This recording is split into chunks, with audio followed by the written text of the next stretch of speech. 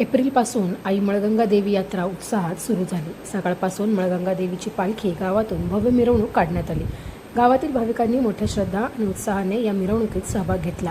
सकाळी 9 वाजता प्रमुख मान्यवरांच्या हस्ते घाटाचे पूजन करण्यात आले। यावेळी जिल्हा परिषद सदस्य राजेंद्र दादा गावडे, आदर्श सरपंच दामू अण्णा घोडे, प्रभाकर गावडे, बाबाजी साबळे, हरी गावडे, गणेश भोसले, संतोष घोडे, तुकाराम उचाळे, भाऊसाहेब घोडे, राजू गावडे, शंकर होणे, माऊली घोडे, नवनाथ शितोळे तसेच सर्व यात्रा कमिटी सदस्य मोठ्या संख्येने उपस्थित होते। दिवसभरात बैलगाडा शर्यतीचा थरार पाहायला मिळाला। एकूण 160 बैलगाड्यांनी या शर्यतीत सहभाग घेतला।